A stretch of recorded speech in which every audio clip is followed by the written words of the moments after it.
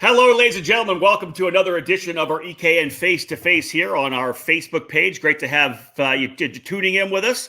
Thursday, May the 14th. You can see me looking around my laptop there. I don't have the calendar that David has on his wall. Do you have a grocery list? Please put calendar on the grocery list. I don't want to buy a calendar. Next to beer and beef, you can put calendar if you go in alphabetical order. That's true. All right, I'll think about it. I'll think about getting a calendar. Put it up front here. Listen, I got it right here. Okay. I don't need it. Just a shout out to everybody. I got my support karting T-shirt on. David's got his on for sure. Big thank you to everybody who took the time and has thus far bought one of our support karting T-shirts. Again, all the profits heading to everyone, all our EKN partners. We want to thank you so much for it. You're posting them up on social media, which is great as well. Keep doing that. Head to the Styled Aesthetic store or eKartingNews.com/store. You can still buy T-shirts. Again, going to support the industry of karting, which is tremendous. Thank you. We're actually going to gather all the names of people that have already posted their shirts on social media, and of course, tag eKartingNews and use the hashtag. We're going to start giving away some prize packages. I'm going to pick one tomorrow, so we'll get started with that, and we'll keep doing that once a week until we kind of get fully back up and rolling here. David, one of the cool things is you've, of course, got our update article that it's on the website. You continue to talk to tracks, series, whatever it may be, filling us in on when they're going racing. There are some people going racing here this weekend. It feels like we're just kind of finally starting to get things rolling again. Again, it's flat. We're flattening the curve. That's really what it is. I know, especially here in Michigan, we're seeing the numbers go down and down and down as well. Yeah. And like I was just telling my wife, I go, things are looking good for July and August. Like we have to think long term in this situation, and it's not immediate. Let's jump back into everything right away. So we're looking good long term. Short term, as you said, some tracks are opening up for racing last weekend, the weekend before that, even more are opening up for this weekend coming up. Weather's starting to get warmer, so now that itch is driving a little bit more for a lot of people to get to the racetrack. Yeah, not me up here. I'm gonna put my skis out again because I had snow. It was snowing outside my house in May. I don't remember ever having snow in May. April, yes, but not May. Yeah, May is iffy, especially here in Michigan, because we don't get that lake effect snow so much anymore in May. April so much, maybe a little bit more in April, but raining today, so it's not good golf weather, so we can't do that today, but it is warming up. Tomorrow's going to be in the 70s, so really looking forward to getting the warmer weather. And I do like to hear that from David because he lives in Michigan. I'm in Ontario. So essentially what he gets, I get 2 days later. It kind of works its way across. So I'd like to have some warmer temperatures for the weekend and next week. I was supposed to be at the Indianapolis Motor Speedway last weekend for the IndyCar Grand Prix weekend. It was 27 degrees on race morning on Saturday had we been there. I don't know that the IndyCars would have been able to go out because they have to have a combination of ambient temperature and track temperature that is 100 degrees or more. We wouldn't have been able. They may not have been able to start that race. Why can't we put rain tires on? Snow tires, ice tires. I don't know. It was unbelievable. All right. Well, listen. Great to have everybody tuning in. As you know, we have live comments below here on the Facebook page. As we get rolling, if you have questions for our guests today, feel free to put them on there. They will jump up here, and I'll be able to see them and potentially ask our guests. David Cole over there is kind of hinting at who we have coming up. Got the Rotax racing hat on.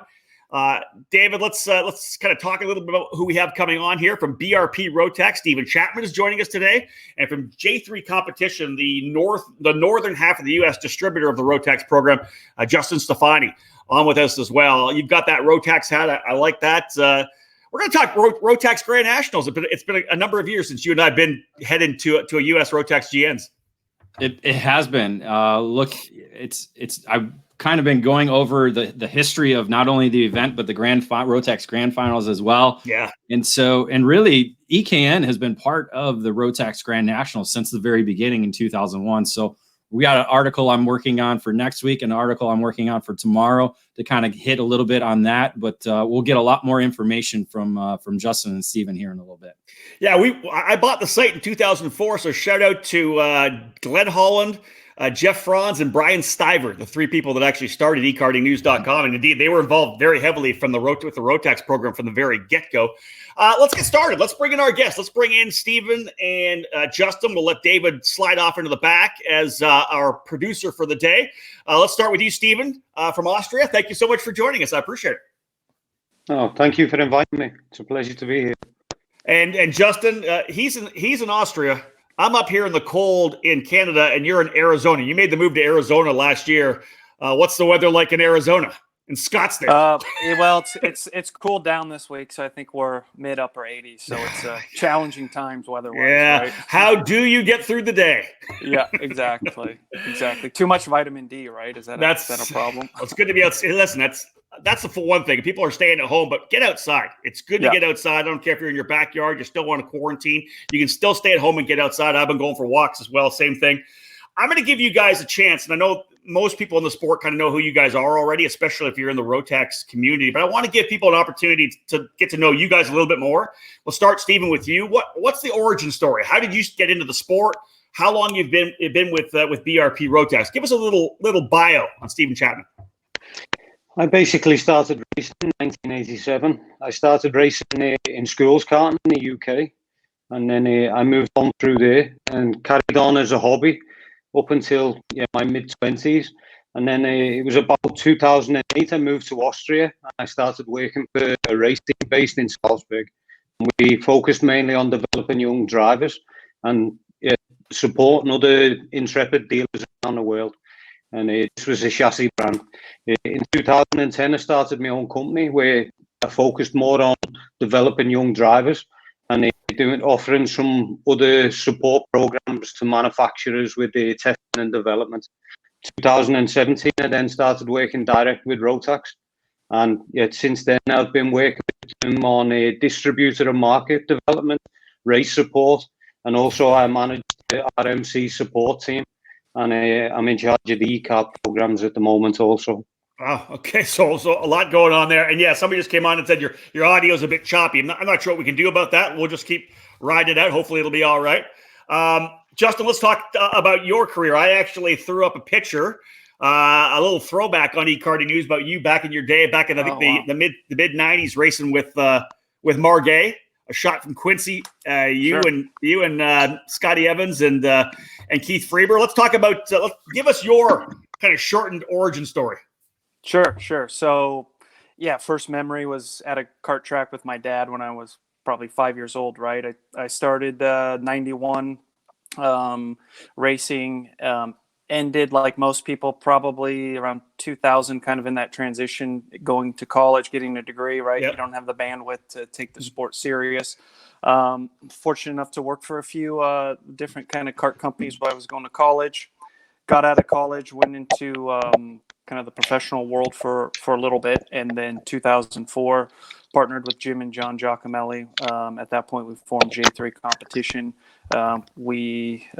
First 10 years, we became one of the largest OTK distributors in the world.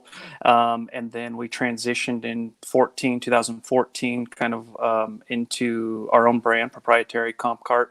And 2 years ago, roughly, we joined forces with Rotax to kind of start this new mission to kind of complete our company and our identity and work on really the growth of the sport and bringing the sport to not just the same people that are in it, but to new markets and to new people. So that's it in a snapshot. Can we talk a little bit about the process you went through to become the Rotax distributor for the northern half of the U.S.? That obviously was kind of a pivot for you guys from the race team and, of course, with the chassis program, but then to pivot into becoming a distributor. Can you talk a little bit about all that had to go into making that actually happen? Yeah, I think one of the big links is, Stephen, and that's why it's great he's on the call today. Stephen mentioned his background, and kind of at the time he was coming over to America. I was going to Europe with a couple drivers. We were on a similar trajectory there, competing against one another. He was always a fierce competitor, very detail-oriented and highly professional. So, you always respect your peers and your competitors when you identify I don't want to say the real ones, but kind of the real ones, right? Yeah. So we kind of had a little bit of a relationship from that side of things, nothing crazy.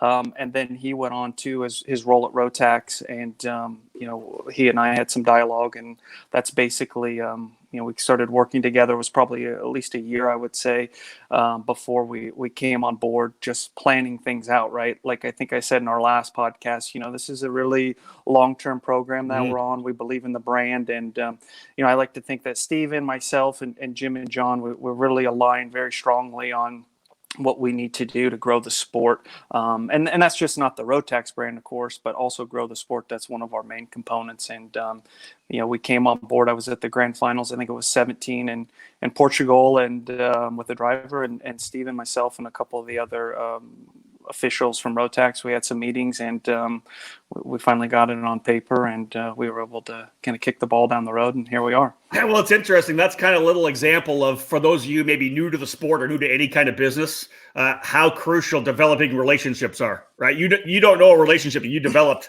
6, 7, 8, 9, 10 years ago, what it's going to end up being like down the road. And Stephen, I'm sure you would say the same thing. You're, of course, working closely with Justin, but you also work closely with all the other distributors around the world as well. How important is it for you guys? I mean, that's obviously important. How would you describe the importance to be able to work with a company like J3? Because obviously they've got such a great reputation here in the U.S. and North America. How important is, how crucial is it for you to find that kind of partner when you're developing the brand? Oh, for us, it was really important to pick a. You hear me okay? Yeah, we can hear you.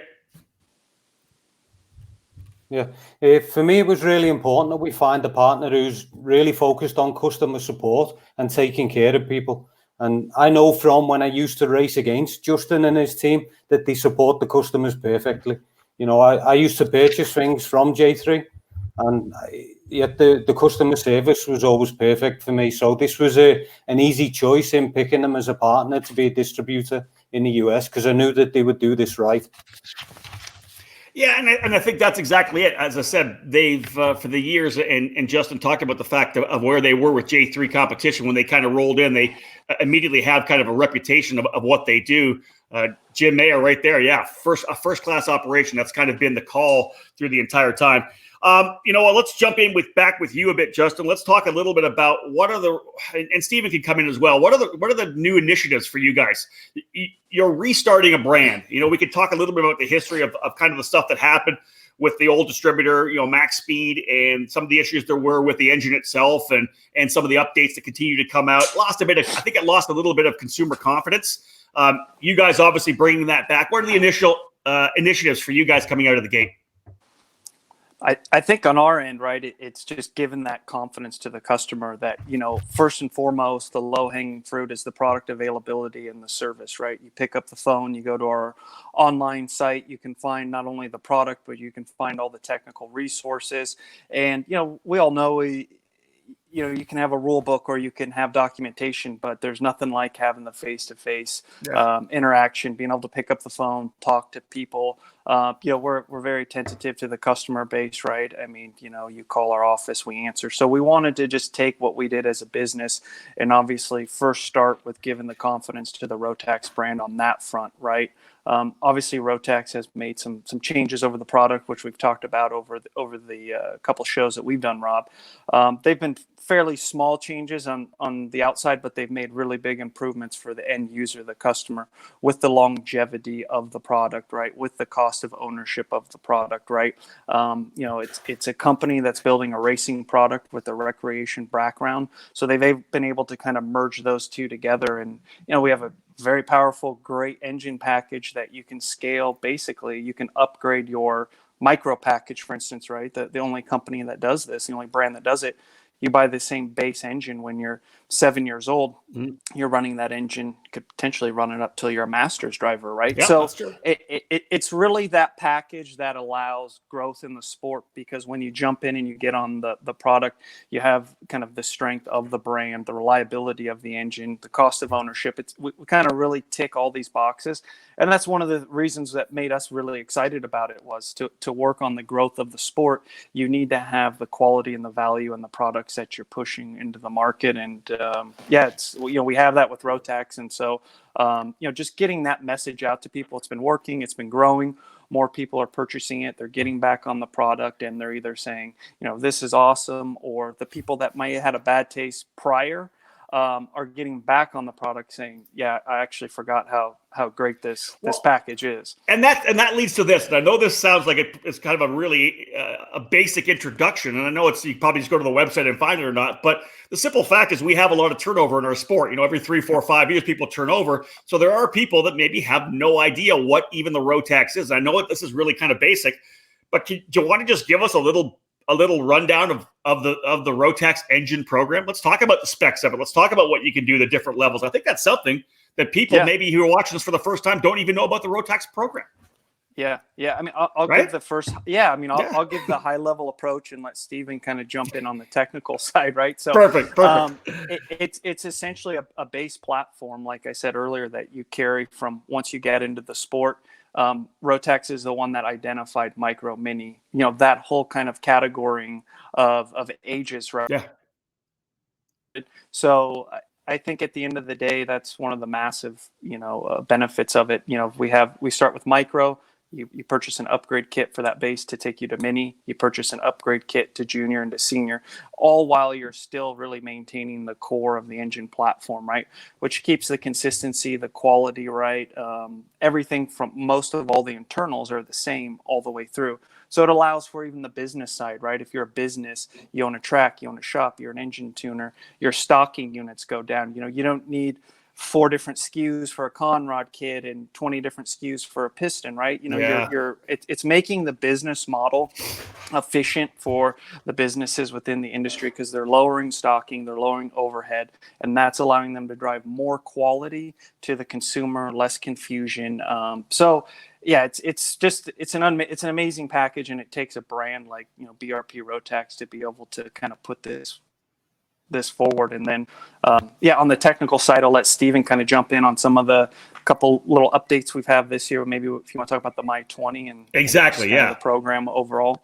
Well, you know what, too, Steven, let's get you to come and just add to it a little bit. Let's talk horsepower numbers, because again, there are a lot of people that don't know about the engine package, the platform, the performance, and what it brings. Then we talk about the MY20 as well. Let's start with performance numbers, because people don't really understand how great the Rotax program is. They don't know enough about it.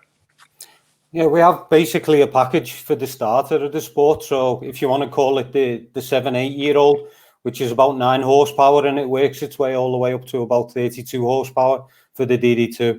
And as I say, you've got each age group is catered for with the same engine principally, apart from the DD2, which is a separate package. So it's really a nice platform, because it allows people to get into the sport and be comfortable with the product right the way through from start to end. And can we talk about the My 20 package that Justin was talking about for the micro and the mini? That's a small update package for those engines now. Is that correct? Yeah, the previous Minimax package, for example, was always a detuned junior. And this was really complicated to install it on a 950 chassis, which is the typical cadet kart. So what we've done is we basically upgraded the micro package to give it more power and more speed, so it was suitable for the age group that the mini category is for. And now what we have is a package that really has exceptional parity, the long life, which Rotax really believe in, but it also fits the 950 chassis.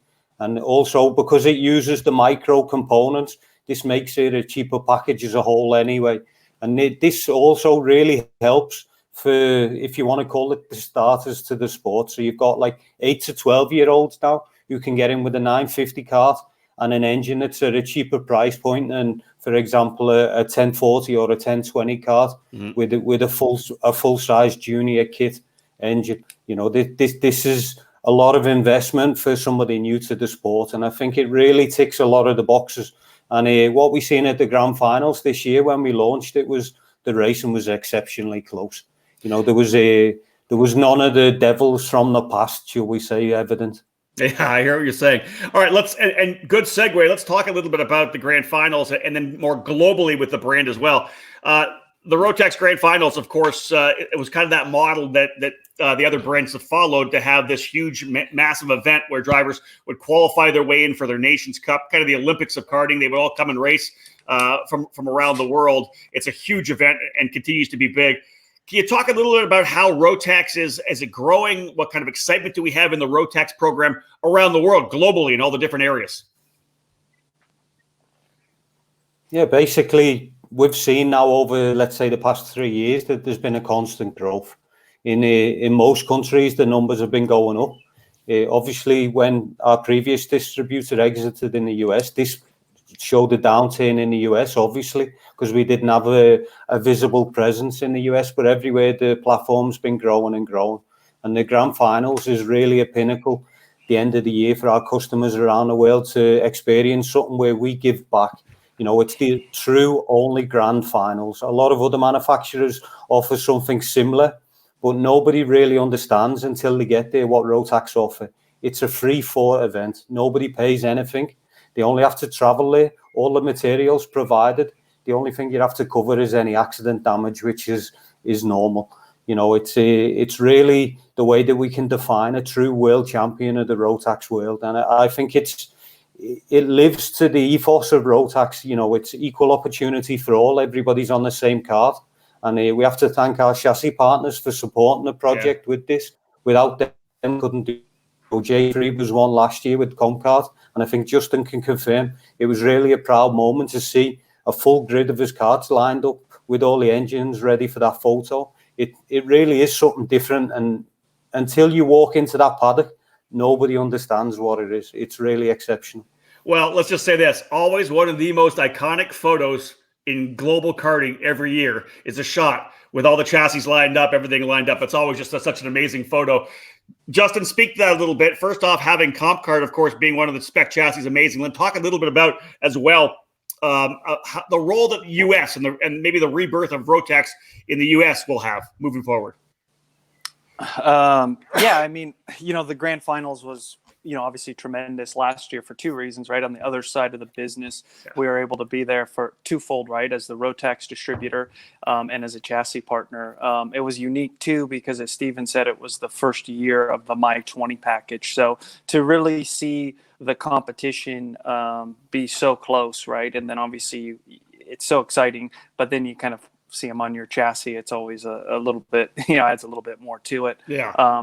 And I think what it does, right, last year was to see how simple the new package is, with everything being standard on the 950 chassis, is really exciting as we come back. It mobilizes us, J3 Competition, as a business even more with Rotax, because the product is, you know, I hate to say perfect because it sounds biased, but it fits on the 950 chassis like Steven outlined. Prior to that, there were a lot of fitment issues. The fitment issues are gone. So from the average user all the way up to the professional team, now all of a sudden you have, you know, very little time to assemble. The parity's there, and it's exciting. So now we really have the full gamut, if you will, and we have so much confidence in the product. I'll be honest, prior to it, the Mini Max and the Micro Max was always a little bit of that's where you onboard people into your program, right? When they come into the sport, the youth, it was always a little bit of a gray area because of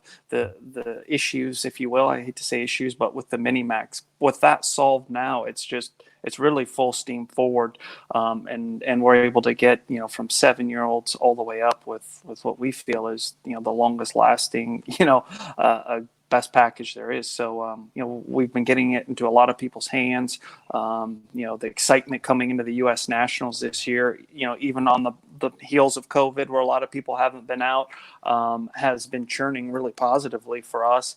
And the interest is there because I think, you know, a lot of people now see the Rotax as that complete system with having the proper micro and mini package. So it's really exciting times. I mean, it's the momentum's there, and yeah, we're looking forward to that one, which looks like it probably be the kind of kickoff back to national or possibly the first big race here in the United States. So, well, you have number one, you have the package, right? So you've got the product.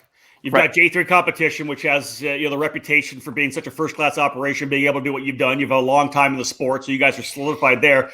The next bit, as you just mentioned, was the US Rotax Grand Nationals. It's back July the 2nd to the 5th. Charlotte Motor Speedway.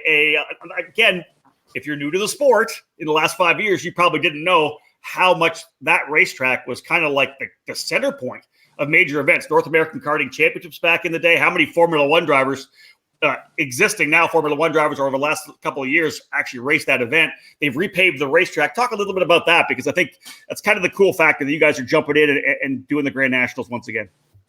Yeah, it's important to have a good, strong partner with, you know, which we did with WK, right, on the kind of licensing insurance side.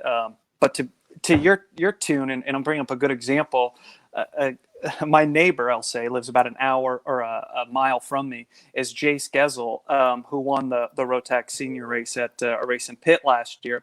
I saw him last week and was explaining the race and brought up Charlotte. And he said, "Oh, there's a racetrack there. Where?" I said, "It's in turn 3 and 4." And he was like, "Oh, is it pretty nice?" And I was like, and at that point, just to your deal there, Rob, is like a light bulb goes off. Not everybody knows the history of the track, and that is, it sounds maybe corny, but that is the foundation of where this next level karting in America started. It started in turns 3 and 4 at Charlotte Motor Speedway, with WK hosting the North American Championship. So for us to return to that facility right when it's opening and bring the powerhouse that is Rotax there, we're bringing back the Rotax Grand Nationals. I can't really think of a kind of a bigger storyline, if you will, right? So we're excited about it. It's going to be good. Let's throw in the fact that it was a 1998 Formula C World Championships. We're there as well. The World Championships. Fourth win for Gianluca Beja was there. It was amazing with Burrell. We will say this right now because we haven't really announced it yet. We're going to put it on eKartingNews as well. We're coming for EKN Trackside Live as well. If all works out, I potentially could be there to announce the race, but David will be there for sure. We'll do our full EKN Trackside Live coverage. Looking forward to that. We covered a lot of Grand Nationals over the last 16, 17 years, so we're excited to be able to come back to that. So that's happening for sure. Let's ask about the move, though. I want to give you the opportunity. The race was initially going to be in Pittsburgh, I think. You guys selected to move it to Charlotte. What was the motivation behind that? Was it just the simple fact you had the opportunity to go to Charlotte? It was a couple things, right? I think the opportunity, and then amidst the COVID issues, right? Obviously, when you look at the state of Pennsylvania as a whole, you get into the western part where Pittsburgh is. It's pretty excluded from, let's say, the Philadelphia area. You kind of get into that Philadelphia, New York City, Baltimore area. People, it's a hot spot for COVID, right? So what happens is with the high density over there, a lot of those regulations probably shouldn't pertain to the western part of the state, but they do. So we knew that was going to be an issue, and we just really put our heads together. And then the opportunity came about, and with North Carolina being obviously motorsports, them in Indianapolis, right? We had a really strong feeling that if there were going to be states that were going to open up and allow motorsports activities to take place, you have to put North. Looks like we just lost Justin briefly. We'll try to get him back. Oh, sorry. Hey, you're good. You're back. Are we back? Yep, keep going. Okay. So, we kind of try to figure out where are the areas that, if anything, would be favorable for motorsports. North Carolina was at the top of the list, right? So it was definitely kind of a perfect storm that led that to happen.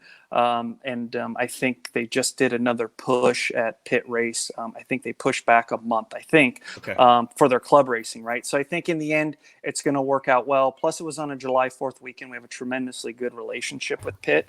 But they have a tremendous rental kart program. So if there's any weekend where you're going to be able to generate revenue, it's July 4th. So when we looked at it that from a partnership standpoint, we're probably giving them back maybe even a bigger profit center. I was going to say, probably. So it worked out really well from that standpoint. It wasn't like we were, in the middle of October when there was nothing going on and we took a revenue stream from them. So, and it was just like I said, a perfect storm, but we definitely kind of took those two factors in, and I think it's gonna work out well, and so that's kind of it. Let's talk a little bit about the structure of the event as well, Justin, because the Stars and Stripes events that you guys had run when you were kind of rebuilding the program, getting started, you used the engine lottery. That's not happening for the Grand Nationals, right? It's owner engines coming in like they always have been, right? Talk about that a little bit. Yeah, so it'll be basically like any race that people have done, any really race up until last year when we did the lottery system. So we've opened it up due to obviously some potential supply issues, some uncertainties, right, with COVID. So, in the past, you've always had to run a U.S. engine. Now we've opened that up to allow international engines to be used, right? So if there's a certain service center or sealing agent in a different country, right? Obviously, everything has to be to the 2020 technical regulations, but you're able to do that. So then that opens up certain teams, people where they want to get engines. They can do what they feel. So we've kind of, I think, ticked that box for the consumer and said, hey, now a supply side issue for the engines. Who do I get to get my engine from? It's pretty much open. We have a full page on racerotax.com. all the service providers. We have some of the best in the world, some of the best in North America that have already committed. They have rentals, they have service platforms. I've been getting contacted from several of them who've already been getting rentals booked. Oh, that's awesome. That system's worked well. It'll be actually a 4-day show. Originally, we planned to do them in 3 days.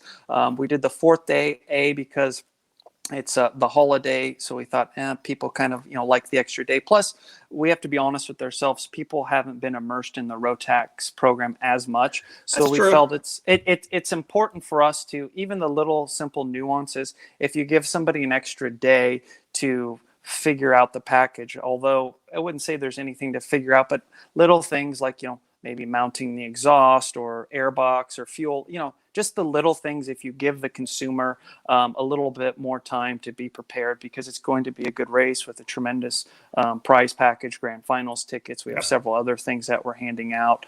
And then it'll be a 3-day or a 2-day racing event, right? We'll do qualifying, 3 heats, a super heat or pre-final, if you will, and then our final. We're sticking with the 1 set of race tires. So once you qualify, that's your set of tires all the way through the final. Wow. It's so there's tire management. It gets back to BRP's principal approach to creating a platform that reduces costs for the end users. Mm-hmm. 1 set of race tires, qualifying, 3 heats, super heat, and a final. We lost Justin. Bring him back. All right, we so just lost there's you for going a to be second. some track management or driver management as far as that goes, and there's also going to be a little bit of some tuning possibly with that. But also we're cutting the cost down for the consumer considerably with 1 set of race tires. Let's talk. Let's talk driver of eligibility. Who's able to come to the event? Is it just the U.S. drivers, or is it open? Lost the audio. You lost the audio. You can't hear us now. Oh, hello. I got you, Steven. I can hear you. Can you hear me? Yeah, I can hear you. Justin, can you hear me? No, we'll get David will pull him off. Steven, let's come and talk to you a little bit, because we'll come back and talk as David kind of troubleshoots with Justin. You've been obviously, I would assume, US Rotax Grand Nationals before. How does their approach kind of compare to the other nations that do this? Do they do a one-off race like this? Some countries do. I think in the bigger countries like the US, I think it carries a lot of weight to do a one-off. I think when you start to do a long traveling championship, especially in a country the size of the United States, I think it gets really expensive for people. Yeah. And I think fundamentally the traveling championships are killing the base of the sport, to be fair. I think we need to get more back to the regional things and supporting the clubs more so these can regrow, because otherwise we're going to have no tracks left. We see this constantly. The tracks around the world are struggling. And if we don't support the club racing and the regional racing, we're all going to struggle in the long run. And I believe the big events should be short, sweet, and not taken away from that side of the sport. I agree with you. I think it was interesting when Rotax first came in. That was kind of the focus here in the U.S. for Rotax was we're going to have all these regional championships, the RMC events, the regional challenges all over, and then that would get drivers to come then up to the Grand Nationals. That one big race that people didn't have to travel and spend all the money to travel. And I think that might have been a little bit of some of the issues that happened with Rotax in the last number of years. They kind of started focusing on that national level stuff, the big racing, as opposed to the club level stuff. So that's hopefully going to move forward. We've got Justin back. Justin, let's jump back in. We just talked very briefly about. I asked Steven about what other countries look like in terms of qualifying drivers. Did they have events like yours? And he likes the fact that we're kind of maybe potentially getting away from spending all that money traveling around the country. You're able to have one major event that allows drivers to come in. What I wanted to talk to you about was normally in the past, the Grand Nationals have been for U.S. drivers. This particular year, is it U.S.? I think you've opened it up, I think, for this first race. Have you not? Yeah. So originally when we kind of were planning everything out last September, the move was to be for U.S. drivers only, right? And I think we're just kind of in this little bit of a unique vacuum of nobody's been racing, right? So ultimately we've kind of moved away from this year from making it only U.S. drivers to kind of obviously in each category where say there's 2 tickets available, one ticket is reserved for U.S., the other one is open. If you look in our micro category, we actually have 3 tickets in Micro Max, which is really tremendous. All 3 of those are for American drivers only. So if you go to racerotax.com, you click on the Grand Nationals button, it'll have all the awards and have it all spelled out. But the main reason was just to get participation, right? You know, we're getting a lot of interest in people that want to get back on the Rotax platform. They want to race. I don't know how much international competition we have, but I think, you know, one thing that we see in America is a lot of our friends from north of the border are always coming down to participate in our races, right? And I think as much as we're 2 countries on the motorsport side, it's kind of been a little bit of more of a blurred line, right? Where you always see the Canadian teams come down. I know we've always kind of gone up to the Ontario region in the past. So it made sense for that standpoint, right? To try to stimulate the entire continent to put a race on where everybody can participate, race. The businesses can have activities to run their business as well. So that was the main decision, right, to open that up this year. And again, that would essentially be for the second ticket in categories that have more than 1 ticket. One thing we didn't ask about, and I wanted to touch base on, you mentioned very briefly about the fact that you guys work with WK in terms of insurance. How closely will you be working with Kevin Williams and the WKA team when you're down at this event at Charlotte? Well, it's going to be pretty close, right? I mean, we'll have our own staff, right? But part of it is to not be pushing and pulling against the other industry members, right? Where we can find some good strategic alliances, and when everybody has the overall vision to kind of grow the sport, it makes sense. So Kevin in particular actually is going to be a pretty instrumental part in our event. He's going to have some roles that we're just working on right there. So he's going to be kind of working hand in hand with us on that. And if people that know Kevin know how much of a detail-oriented and professional guy he is. You know, I go all the way back to the Stars of Karting, right? He was the race director and the head of there, and you know, always from that day forward, again, another relationship that, you know, I didn't always necessarily see eye to eye with Kevin, but you recognize somebody's professionalism and you recognize what somebody brings to the table. So you have to have respect for that. So we're happy to have Kevin, who's going to be strategically involved with us. And then we'll bring in a lot of our other tremendous staff. You know, Mike Edwards will be the head of tech. We're going to be bringing in another great name to help him with tech. You know, we'll have Tim Hannon there. Everybody knows Tim on the race steward side. So we'll be fully staffed up with all the correct people. And, you know, it'll be a well-run professional event. And yeah, excited about it and excited to have that link with WKA. Let's do a quick little shout out here, because Sean Bayla from Trinity Karting Group just posted Team TKG will be riding a few karts at the Rotax Grand Nationals. There you go. There we go. And you know, if anybody knows Sean and their program, it's probably one of the nicest, tidiest, most professional, very detail oriented guy Sean is, and their program's always top flight. So yeah, I mean, you know, we're gonna have tremendous amount of people there. The racing's gonna be great. It's over the 4th of July. I think, like I said, it's gonna be kind of the first return. You're at at you know, if you want to rent a garage, the garages are rented. You know, we're gonna have some fun activities. There's a lot of races, as we all know, to talk on the sport holistically, if you will, between Charlotte and Newcastle, right? Over that kind of, let's call it 45 days, right? Agreed. Yeah. So it's logistically easy for teams to attend the races. We have worked with WKA, who's worked with some of the other people who will be put on races there. People can park their trailers, their trucks at no cost there. So we've really put together a nice platform to get everybody racing in the same geographical region, so we can kind of return back to getting our industry going, really. That's it. Now, we do have some questions that we'll bring in here at the end of the show, because right now, we've talked about the Grand Nationals. It, of course, leads into a bunch of drivers qualifying to go to the Rotax Grand Finals. Stephen, let's come to you really briefly. November 4th to the 7th, rather, to the 14th, Bahrain this year for the Grand Nationals. Can you talk about that? That'll be an interesting trip for sure. Yeah, this is a difficult one to talk about at the moment. The grand finals is always going ahead. We're obviously watching the travel situation and everything for people around the world, and if we need to, we will make adjustments to suit. This is something that I think needs to be made clear. There's not an official yet, but yeah, we're really excited to host the grand finals this year. We're really excited to go to Bahrain, but we will assess the travel situation for everybody. And if there's problems, we'll find solutions. This is something that the people need to understand. When they win the ticket, that there will be the big race for them. So, you know, but there is an opportunity, depending on what happens, it could go to a potentially different venue. Is that the kind of the key?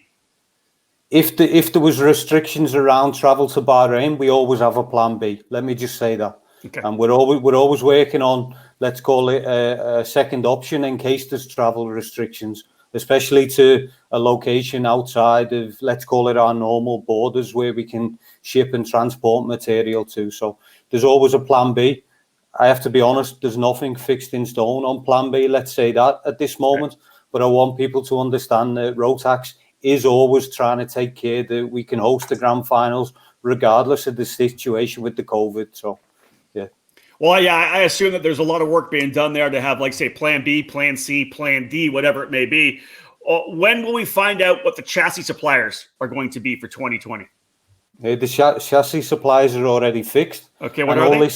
I'm not allowed to say that at this moment. All right. Okay. All right. So when do we find out? Yeah, our marketing team works on all this, and they'll tell you when you need to know. All right, we're on a need-to-know basis. All right, I wouldn't say that. It's just I'll get shot if I tell you before they tell anybody. Well, we always like to get a scoop here and there, but I understand. That's fine. Justin, let's come to you. We talked about it a little bit at the start, but now that we're talking about grand finals, I want to get like the true emotional answer. What was it like to see, for you and Jim and John, to see all those comp carts out there? I have to think that would be just an unbelievable experience to see that happen. Yeah, I mean, it really was. I think John showed up a little bit late, and I don't think he was actually, unfortunately, there for the actual photo, if I remember right, of the chassis, which kind of stinks for him. But obviously, they were more at the event, immersed in the comp kart side, where I was when I wasn't sick, unfortunately, that week, managing Team USA. But it's definitely a pride thing. I think you brought up last time we spoke about, we never really have time to kind of enjoy some of the successes that you have because of the competition in this industry and in this world. I think that was one of them where, the three of us very rarely are in the same place, which is one of our strengths because we're able to kind of spread out. So we were able to be all three of us there. So it was a proud moment. I think, we really enjoyed that time. Just the three of us being able to be together, and then you kind of get a bond around a race like that and see the kart, which is, it was pretty awesome. And, it was, even for our dealers and our partners and our distributors around the world, it was a big moment for them. And, we were definitely happy about it. And I would say that's a big moment, but, being at that race and two things that really strike you is when you see the drivers put on the Team USA suits and the Team USA clothing, which obviously I'm partial to our country and I'm partial to the design work and what we've done on that side, which was mainly Jim. You got to kind of, for me at least, because I'm very patriotic, you get a little bit choked up when you see that, and then you kind of see all the other countries, and it really hits you like a sledgehammer what the race is about, how big our sport is, and everybody is genuinely at this race, and everyone's got a smile on their face. Yeah. They're talking, they're having a good time. It's not like a lot of the other stuff we do, which is so cutthroat and at times toxic, and you ask yourself, why does it have to be like that, right? You understand the competition side, you want to beat your competitor, but that's pretty amazing. And to see the drivers we had last year, tremendously good quality drivers, carrying the American flag around. I think that's been Luca Mars's job over the last 2 years. But when you see that draped over the drivers, that's probably as much as of the comp kart side as anything. It's a pretty remarkable feeling, and it's like Steven outlined, it's really an event like no other. Well, let me add this in as we get close to the end of this here. I've been doing Instagram live interviews for my Road to Indy Insider page. Of course, I'm the announcer as well for the Road to Indy. And so many of these drivers I'm talking to who are going to be the future stars of the NTT IndyCar Series, inevitably when we're talking about their origin story, they talk about the time when they were part of Team USA. That was one of the things that they just absolutely. You go the races they went to, Stingray Rob, all these guys that had gone up the ranks. I thought that was amazing. One thing we are doing here, Justin, we'll talk about. We're kind of working with you and some other people. We're talking about, or David is actually putting together an article that is going to be kind of the history of Team USA at the Grand Finals. This year will be the 20th anniversary, I believe, of Team USA running the Grand Finals. Anything in particular, anything special happen with you guys? We always try to do something good. I think this year for Team USA, it's gonna be a little bit more special. This year also marks the 100-year anniversary of Rotax as well. So Rotax in itself, has some stuff planned. We have a few special things planned for the Grand Finals. We have a couple partner sponsors that we'll be announcing soon that are going to do some pretty cool things for the Team USA members.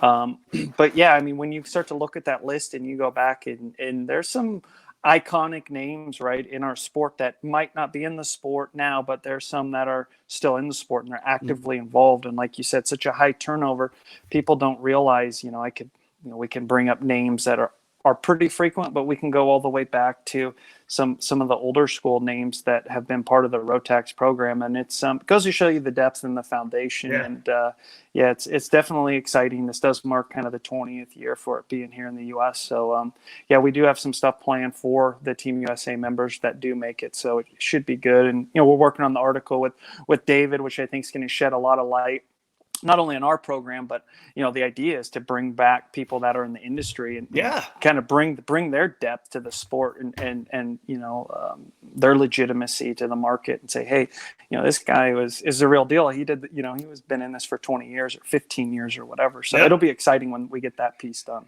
I look forward to hearing from some of these drivers. I remember when David and I first went to our first was Portugal. I think 2006 was our first the Grand Nationals that David and I went to, right straight from the Super Nationals, right straight there, and it was amazing. Of course, he's American, I'm Canadian, but I spent a lot of time down south, and it was like you said, there was that weird the feeling of being there with Team Canada and Team USA, and it was people that would battle each other all year long, hate each other, wreck each other, and then they were teammates. At that particular weekend. I remember that was just such a fantastic weekend. Now, we have some questions. I want to jump in. We're almost at the end of the show. I want to ask a couple of questions. Kind of goes back to the very start.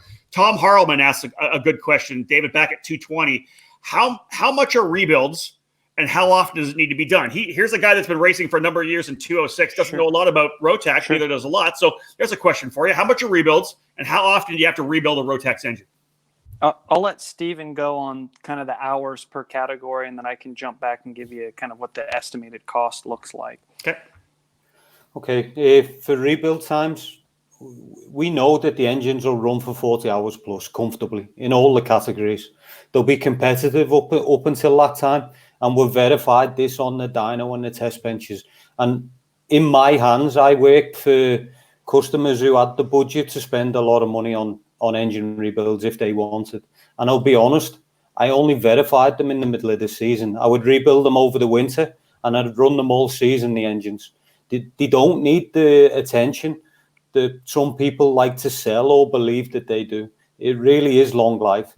You need to do basic things like changing the diaphragm for the fuel pump kit, keeping it clean and tidy, oiling the gearbox, just general maintenance. But the full rebuild once a year is normal for most of the users. This is all that you need. Maybe if you do an extreme amount of racing twice a year, but definitely no more than this. Obviously, one of the issues that we had a number of years ago were the different updates. Matthew Del Sol asks, how has Rotax worked on limiting updates that are added to the motors? He says, as a former driver who just couldn't afford the updates that were done during my time in the Rotax class, that eventually led me to having to leave the sport. Stephen, we can come to you. Justin, you can ask this. What's the, updating the updates have been an issue. What's the plan moving forward for updates? There is no plan for any updates, to be honest. I think if we roll back historically, the first, let's call it wave of updates, like a lot of the US customers experienced, was mainly the cylinder. And this was all done around improving parity. And I think anybody who's experienced the Rotax product now, they can put their hand on the heart and say with the digital cylinder, they're the same. They're really the same. You don't have to go looking for a special one or anything else. There's really parity out the box. We've seen this when we done the WCKC in Canada, and we had raffle engines which came straight from the factory, and they were actually doing fastest laps and winning the races in a national championship in Canada against people who had tuned engines. When we say tuned, rebuilt engines by an engine builder. So I think this proves that we have now parity out the box. When the Evo introduction came in, I'm not going to lie, there was some issues around the installation of the electrics. A lot of it was around how friendly it was to install to the kart, and this made it a little bit vulnerable. And then we done another wave of updates to improve this. And I understand it that people didn't like the updates, but they were required so people could take the engine out the box, put it on the kart, and have no headaches. What we want as a manufacturer is that the product is easy to use and a long life, and there's nothing worse than we live and keep going with a component that's not suitable. And that's why there was the change to the wiring harness, for example. And I think what we have now is really a stable product, which has been like this now for a few years. So when we talk about constant updates, fundamentally, performance-wise, there's been no change since I think it's 3 years now. You know, so it's really a stable platform. We see very, very few issues now. Like, I'm part of the support team that goes to tracks around the world and supports customers. And the people who are familiar with putting it on the kart, they have so few issues. We're really not busy. We're more now providing support, how to help people understand data and get the most out of the product and be fast, rather than, let's say, supporting them with mechanical or physical problems with the package. It's really easy to work with. And Justin, that's got to be, for you as the distributor, that's got to be the beauty of this program right now, that you're able to, that you know that the product you have has been sorted, it's locked in, no updates planned, and now you can just go to work. No, exactly. And that's what, I was in Portugal in 17, about 3 years ago. Well, it was before then, but, to verify everything, that was, again, one of those confidence factors. And you kind of brought up cost, or the question was about cost. Yeah. When you actually look at the cycle time in which you need to rebuild versus a competitive, a product that competes, if you will, against the Rotax, I mean, you're nearly 4 times less rebuilds, right? And when you go through our parts catalogs, a majority of all of our parts are significantly less retail price than some of the other options that are out there. So when you look at it as a whole, not only do you look at the upfront costs being less, but then when you look at the life of owning that product, right? Like you would anything, your car, right? If you go buy a car and you don't need to change the oil for 10,000 miles versus 3,000, right? You need to take that same sort of different, the way you as a consumer buy any product that you buy, when you apply that same principle to the Rotax product, it's, from a cost standpoint, I don't want to say it's nothing, because there are real costs if you need to maintain it, but they're just mere fractional costs of ownership. And again, that gets back to the excitement behind the product, because now with the product that ticks all these boxes, you have something that is attractive to the masses, right? It's just not attractive to, that small subset of people. We're able to go attract new people through a lot of our different kind of exciting initiatives, and people get on the product. And there's nothing better than, grabbing your bag of golf clubs and going to the driving range, right? And not having to spend any costs. And there's nothing better than putting your cart in the back of the pickup truck, going and doing a practice day.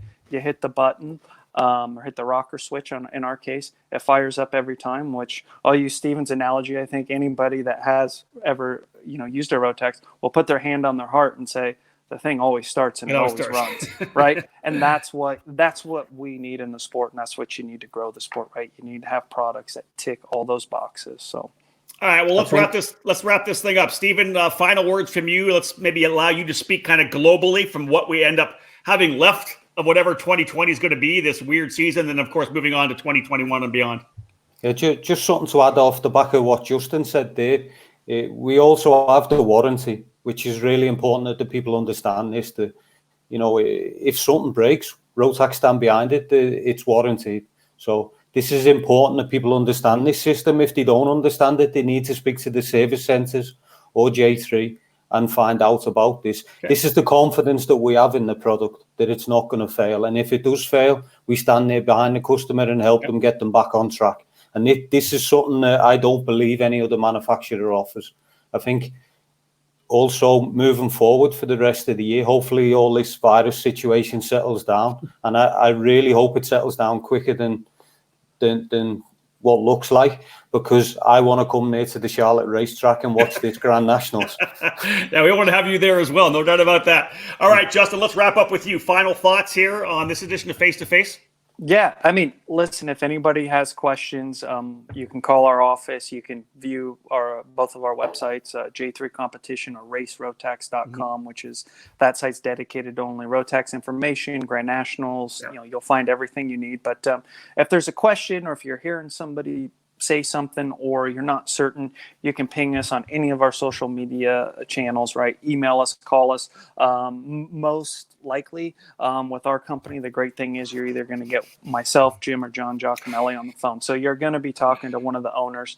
You're going to get the facts. You won't get a runaround. And we're excited to again, keep underscoring the fact of keep growing the sport, providing these platforms for all the racers, and get ready for the US Nationals, get your entry in, and let's go ticket racing. That's it. Stephen, thank you so much for joining me. I appreciate it. Thank you, Rob. Look forward to see you soon. Looking forward to it. Thanks, Justin, Rob. Take care. Thank you so much, guys. Yep. Take care. Thank you so Bye-bye. much. We appreciate you being here with us. Again, a great opportunity to talk to Stephen Chapman from Rotax BRP, and from J3 Competition, Justin Stefani. David Cole rocking the Rotax racing hat. Hey, US Rotax Grand Nationals are back. Always a fantastic event. I used to love going to it, David, every year. Right around 200 drivers every year. The fight for the tickets, just trying to get that ticket to be part of Team USA. Back at it, and back to Charlotte. Like I feel like I'm 5, 6, 7 years ago. This is awesome, right? There's a lot of nostalgia going into this event. One, because it signifies our return back to the Rotax Grand Nationals. It's been a few years since we've been on site. Mm-hmm. Do you remember the first year we went? First year, was it Centennial?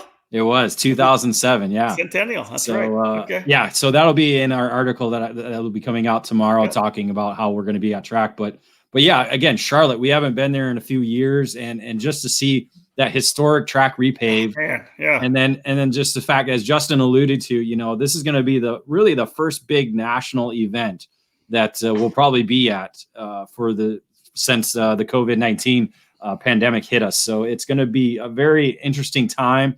And again, just a lot of nostalgia because as you said, it's the Rotax Grand Nationals is that path to the Rotax Grand Finals, and just that transition from everybody out for each other, and then, as you said, right? that team unity, with whether it's Team USA or Team Canada, because we've been intertwined with both teams every time we've gone to the Rotax Grand Finals, and it's fun to watch that transition, of going from this race to this race to the karting Olympics. Yeah. And just, it's amazing. It's fun.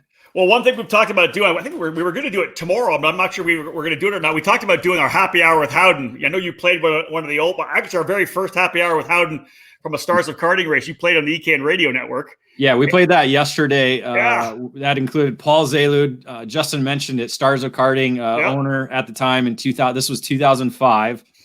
We had Rodney Berryhill from Oklahoma Motorsports Complex there in Norman, Oklahoma, who was the big intrepid distributor and importer for the brand. And then we had Ron White, who was one of the top ICC drivers at the time, and has still not made the move to Masters because he's still racing against all the 15 years later. Still racing against all these senior drivers, probably some who might not even have been born at that time. So we've been doing this a while. That's the thing to say that. So that wasn't live back in the day. We would record it and then we would upload it to the site so people were able to listen to it to the first ever podcast. We called it Happy Hour. We did it at the track. Sometimes we did it in the hotel lobby. It was a lot of fun. That was 15 years ago. The reason why I bring this up, we're talking about the article that you're writing about the history of Rotax. In one of the happy hours, we'll talk about our trip from the Super Nationals, where we stayed up and drank all night long. Don't ruin it. Don't. Okay. Then went to the airport and went to the Grand Nationals because the World Finals, the Grand Finals. Grand Finals. Yeah. We'll talk about that because there's a lot of stuff that happened in that particular trip. Because we went straight from there to the Formula BMW World Final at Barcelona. Yeah, I was going to say in Valencia. To be honest, it was essentially a month-long trip that we entailed. And it was only 3 weeks, but it felt like, a month and a half because it was just so long. And there's so many different stories. Like we have stories from Vegas, we have stories to Portugal, we have stories in Portugal, lots of different stories in Portugal to Spain, and then stories from Spain and in coming home. And it's just unreal. Let me tell you this right now. David and I didn't physically talk to each other, vocally talk to each other for a month after that. Oh, maybe a month and a half. I don't think until the next year. Till 2007. I didn't want to even hear your voice. I didn't want to see your face. and now I don't want to see your bald head. But I love it. All right, ladies and gentlemen, we're wrapping things up here. Thank you so much for joining us on this edition of Face to Face. We have a happy hour with Howden coming. We talked about doing it tomorrow night. We'll figure it out. We'll figure something out. It all comes from the USAC guys. We did our face-to-face, and they were drinking beer during it. So we think I'm busy. I'm busy with working, so you're gonna have to figure this out. We'll figure this out now. We got actually next week a couple of different guys lining up for next week. We're trying to get Tom Kutcher from Superkarts US lined up to talk about their Festival of Speed. I think or summer is it the Summer Fest of Speed? Oh, I didn't even know there was a name. Nah, it was in his letter that he wrote to everybody. There was something about that in August, or what they're doing with August. So we'll talk more about that as well. And next week, I think we're going to hook up with the guys from Bermuda Karting. We've got David Barbosa and Scott Barnes are going to talk about Bermuda Karting, the CRG program over there. They have a CRG rental kart program. A lot of good stuff. So we got more coming here on Face to Face again Thursday, May the 14th. Thanks for joining us. Big thank you to Steve Chapman and Justin Stefani for joining us on the broadcast here today, the show. And we appreciate all you that have tuned in, gave us some comments. Thank you so much, folks. Take care of yourselves. Stay home. Stay safe. Book it.